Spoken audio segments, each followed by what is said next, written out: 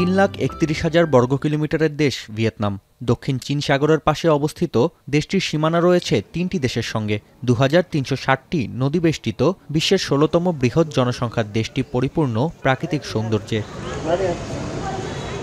স্বচ্ছ পানি ও প্রশান্ত রেইনফরেস্টে আবৃত হালং বে, 6 কিলোমিটার দীর্ঘ অর্ধচন্দ্রাকার সমুদ্র সৈকত, নাহা ট্র্যাং কিংবা 3 স্তরের বিশাল ঝর্ণাধারা ডেটিয়ান জলপ্রপাত। প্রতি বছর দেশটির প্রাকৃতিক নিদর্শনগুলো দেখতে ভিড় করেন লাখ লাখ দেশি বিদেশি পর্যটক।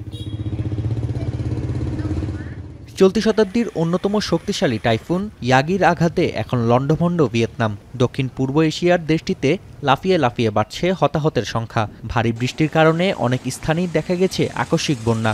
মাইলের পর মাইল ফসলের ক্ষেত এখন পানির নিচে। ভূমিধসের ঘটনাও ঘটছে নিয়মিত। সহায় সম্বল হারিয়ে দিশেহারা মানুষ। ক্ষয়ক্ষতি কাটিয়ে উঠতে আর্থিক বিপর্যয়ে পড়ার আশঙ্কায় ভিয়েতনামবাসী। Ngập hết rồi, nói chung là chỉ bê được mỗi xô gạo với lại bộ bếp là lên trên tầng thôi, những người thôi. Tất cả đồ dùng trong nhà không còn một cái gì cả, mà kể cả hàng hóa bán cũng không ক্ষতিগ্রস্ত হয়েছে প্রাকৃতিক নিদর্শনগুলো। Ha Long বের চিত্রগুলো ভেসে বেড়াচ্ছে সামাজিক যোগাযোগ মাধ্যমে। ধ্বংস হয়েছে আশপাশের হোটেল, মোটেল, রেস্টুরেন্ট। আবার কবে পর্যটকে মুখরিত হবে হালং বে তার কোনো ঠিকানা নেই। তাই শঙ্কার মুখে দিন কাটাচ্ছে পর্যটন সংশ্লিষ্ট ব্যবসায়ীরা।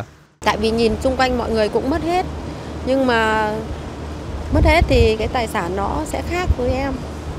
Nên là trôi là lành cành, nên sáng nay mới về, nên là để chạy coi như đưa lên được thóc lúa, coi như có mấy bao thóc kia ướt hết.